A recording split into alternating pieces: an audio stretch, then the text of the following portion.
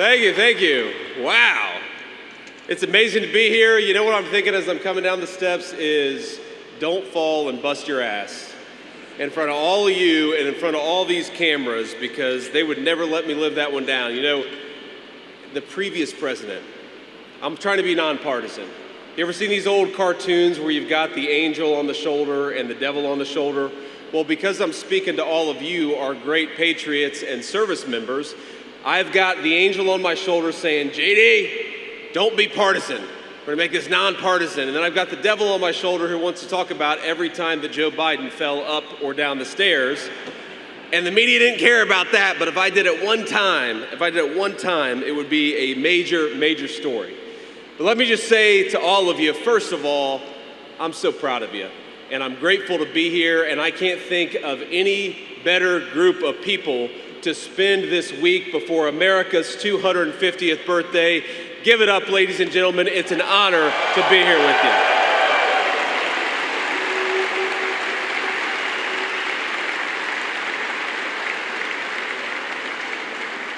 Now, Naval Air Station Oceana is, of course, one of the proudest military installations we have and one of the great parts of American military history. And I know that we've got, obviously, sailors, we've got Marines. I believe we have representatives from every single one of our 6 branches of the armed forces. And I just want to tell you, from the President of the United States and the entire cabinet, we are proud of you guys. You guys have done more in the last 18 months. The President of the United States has asked you to do more than I think any group of service members has ever been asked to do, and yet you've done it. Every single time you've answered the call, every single time we've given you a mission, you have accomplished it with pride and vigor. Ladies and gentlemen, you are what make America great, and you should be celebrating our 250th birthday better than anybody in the United States of America, because you've earned it. I want to give a shout out to a couple of people before I get into to the meat of our remarks here. First of all, you guys are all active duty service members, so you're most worried in the cabinet about our great Secretary of War, Pete Hegseth.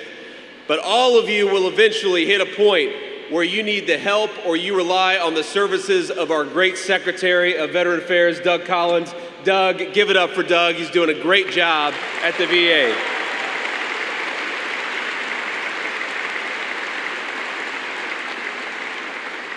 I also want to give a special note of gratitude to Jen Kiggins, one of the great congressmen, congresswomen in the entire United States Congress, somebody who comes to work every single day and fights for you. And I just learned this on the airplane over here. But you know, Jen, the last place that she served as an active duty service member was right here at Naval Air Station Oceana. So Jen, thank you for being a rock star for our veterans. Thank you for being a rock star for our troops. Thank you for fighting for them, because, ladies and gentlemen, you fight for us every single day.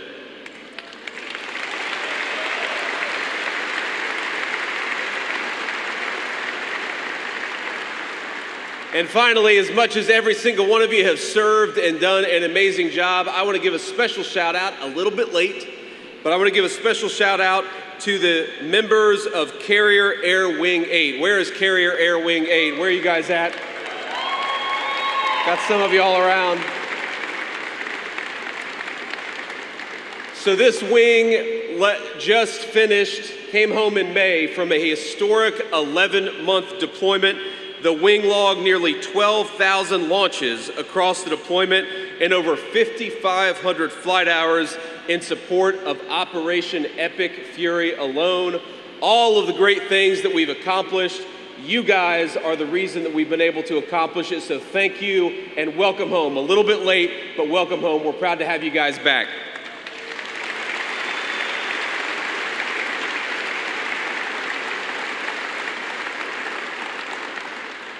So I mentioned that we are not just in a proud Naval Air Station, but we're also centered in one of the proudest geographies of military history in the United States of America.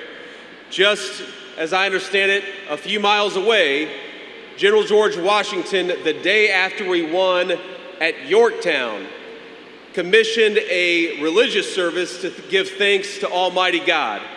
And at that service, he said something. He asked everybody to show gratitude of heart. Gratitude of heart for our young and fledgling nation.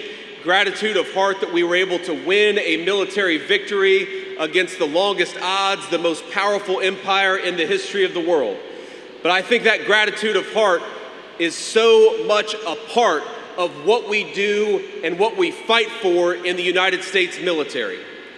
When I think about gratitude of heart, I'm of course most grateful for all of you, that we have the best people, the best of us from every walk of life, from every geography in the United States of America, who are willing to put on the uniform of this country and serve to create that protective blanket. When we talk about the Declaration of Independence that protects life and liberty and the pursuit of happiness, it is your protective blanket that guarantees the life of every single one of our citizens. It is your dedication that ensures the liberty of every single one of our citizens. And it would be impossible for our fellow Americans to pursue happiness were it not for the hard work, the dedication, the sacrifice, and yes, sometimes the ultimate sacrifice provided by the people who wear the uniform.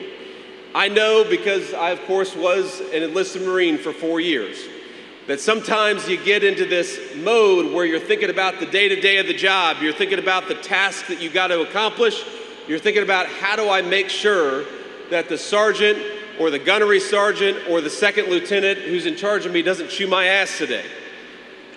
But remember that when you're going to work every single day, even though it is routine to you, it is not routine to your fellow citizens who know that they would not have their life, their liberty, or their ability to pursue happiness were it not for the sacrifices of you. Now, I have had this job for all of 18 months, and the thing that I know, the thing that I see every single day is that part of the reason why we in our political leadership are able to do what we do is because the world over, bad guys and good guys, friends and foes, allies and enemies are afraid of you. They know that if we ask, you guys will go and make the impossible possible. They know that when we demand that a bad guy does something, if they say no, you are the ones who are going to enforce that demand. And that is an amazing thing, and it's why we have the great nation that we have today. So what I'd ask for you as we all get ready to celebrate America's 250th birthday is have that gratitude of heart that General Washington talked about almost 250 years ago. Grateful for yourselves, grateful for the men and women to your left and right, and grateful to the nation that makes it possible for every American to pursue their dreams and to pursue the American dream in whatever the way that they ultimately decide. Now here's what I want to talk about next. I want to talk about what we owe to you. You know, when I was in the Marine Corps, I spent 4 years from 03 to 07 in the United States Marine Corps. And I'll say this to the other Marines. There are a lot of reasons why I wanted this job. But one of the reasons why I wanted this job is because it's pretty cool to have the Commandant of the Marine Corps have to salute a member of the E4 Mafia. That's pretty cool. Call it an ego thing. But I left the Marine Corps as an E4, as a corporal of Marines. It's some of the proudest things that I ever did. I did in the Marine Corps, and some of the best friends that I've ever made were in the Marine Corps, with Marines, with sailors, with all the people that I served with and had the pleasure to get to know. But one of the things I learned in the United States Marine Corps, serving from 03 to 07, is that we sometimes had leaders who would ask you all to go to war, but would not give you a clear mission on the other end. And one of the reasons why I'm proudest of what the President of the United States has done over these last 18 months is because when he has asked you to go to war, he has given you a defined mission. He's asked you to go and accomplish it. And most importantly, he's given you the tools to kick the hell out of the enemy and to come home safely. That is what you should expect of me, of our great Secretary of War, of the President of the United States. You put on the uniform. You offer to sacrifice ultimately for the benefit of this nation. But what you should demand in return is that when we ask you to go and do something, we tell you exactly what we want you to accomplish.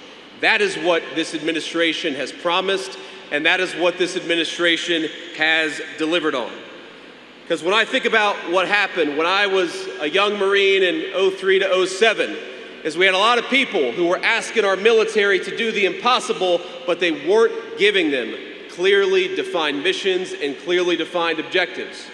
To the members of the Air Wing that just came home in May, what did the President of the United States ask you to do? Something very discreet and very specific. Number one, he asked you to ensure that we destroyed Iran's conventional military, and as we sit here today, their Navy is at the bottom of the ocean, and they have no ability to project power like they did even 12 months ago. What else did he ask you to do? He asked you to destroy their nuclear program. And now, and trust me, I know because I look at the intelligence estimates, if you look at what our own intelligence says about their nuclear program, they are further away from developing a nuclear bomb than they have ever been since basically the last 20 or 30 years. And that is because of you and because of your hard work. And finally, what the President asks you to accomplish is to destroy the defense industrial base of that country, so that if they ever decided to rebuild their military, or if they ever decided to rebuild that nuclear program, they would be hard-pressed to do it. And you did that exactly as well. But today, as I sit here, there are people in this country who want you to just keep going and attack the President of the United States for using the leverage that you gave him to engage in negotiation. And why do we engage in negotiation? Because of you, it's not out of weakness, but it's out of strength. And again, I go back to that time that I served in the United States military from 03 to 07. We made a lot of mistakes back then. We did a lot of stupid things back then. You performed ably, but your political leadership did not. And what I remember about that time is that, number one, there were people who learned all the wrong lessons from that moment in history. There were people who learned the lesson that we could never use the military again. But that's not the right lesson, because the military isn't who screwed up in 2003 and 2007. It was the political leadership that screwed up. So that was the wrong lesson to learn. There were also people who learned a different lesson, an equally wrong lesson, that the solution to the problems that we had in the early 2000s was to ask you to do more and more and more and more without giving you a clearly defined objective. Ladies and gentlemen, I think that you deserve to have a clearly defined objective. I think you deserve to have a President of the United States who believes in you and gives you the weapons to win. And I believe that you have a presidential leadership today that will never ask you to go to war unless he's telling you why you're going to war. And most importantly, when he sends you to war, he gives you the tools you need to kick the hell out of the enemy and come home safely. That's what you deserve.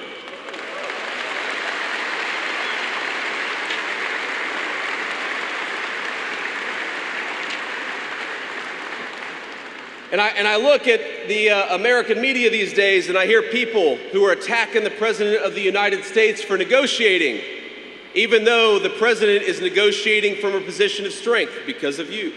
He's negotiating from a position where Iran's nuclear program has been destroyed and their conventional military has been destroyed too. And what I notice about the people who are attacking the administration for negotiating is that they're the very same people who, for example, encouraged us to just go a little bit further and just drop a few more bombs in places like Afghanistan. But again, if you go back to the mistakes that were made, those very same people, they refuse to say, what were we dropping bombs for? Now, the President of the United States maintains a lot of options today in 2026. But if he ever asks you to go and drop bombs, it's going to be for something specific, to accomplish something that matters to the American people. We dropped some bombs a couple of days ago. You know why? Because the Iranians were shooting at commercial ships. So we dropped some bombs, we applied some leverage, and we've had free commercial transit for the last 3 days. If the Iranians try to rebuild the nuclear program, the president's got options, again, because of you. If the Iranians try to threaten their neighbors or fund terrorism, we've got options, again, because of you. But what we must never do is drop bombs just for the sake of dropping bombs. And that is what the president will never ask you to do. He'll ask you to go to war, yes, but when he asks you to go to war, he'll tell you exactly what you're going for, and I think that is what you should expect out of your political leadership. You should expect something else too, and this is where I get into the great work of Jen Kiggins and Doug Collins. You know, one of the most formative experiences of my entire life was after I got out of the Marine Corps, and I was a law school student, and I worked on the Veterans Legal Clinic, helping veterans deal with some of their legal challenges. And we actually represented the Vietnam Veterans of America. And a lot of you are maybe too young to appreciate this, but the Vietnam Veterans of America experienced one of the most shameful periods in the history of the United States of America. They came home, many of them, not to fanfare, not to flag waving, not to a grateful nation. They came home to people who spit on them, who attacked them, and criticized them simply because they did the job the political leadership asked them to do. Now, I go back to what General Washington said about gratitude of heart. And when I sat down with these Vietnam veterans, these people who had quite literally been spit on by their fellow citizens for doing the job Washington asked them to do you know what they had? They didn't have resentment. They didn't have hatred. They didn't have anger.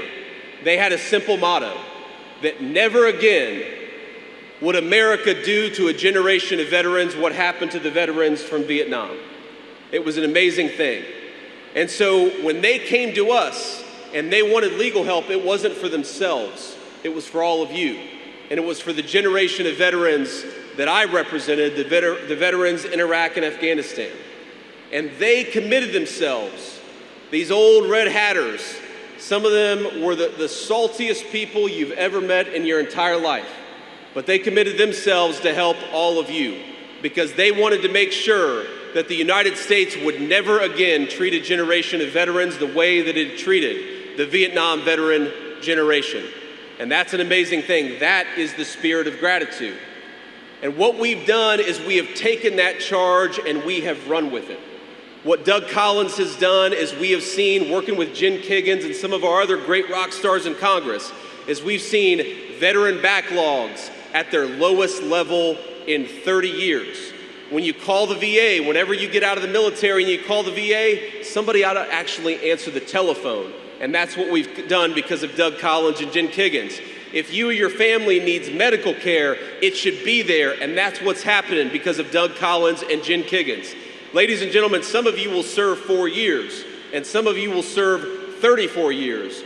But the simple promise that I make to you that Doug Collins and Jen Kiggins fight every single day is that whenever you call on the Department of Veterans Affairs, somebody should answer the phone and give you the services that you need. So I want to say thank you to Doug. I want to say thank you to Jen Kiggins. We are fighting for our veterans every single day, and the thing that I'd ask all of you, because one day you're going to be veterans. You won't be active duty service members, you will be veterans.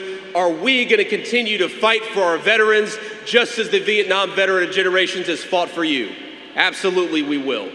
That's what we need from every single person in this room, and that's what you should expect, and that's what you have from your political leadership. Now let me make just a couple of final comments here.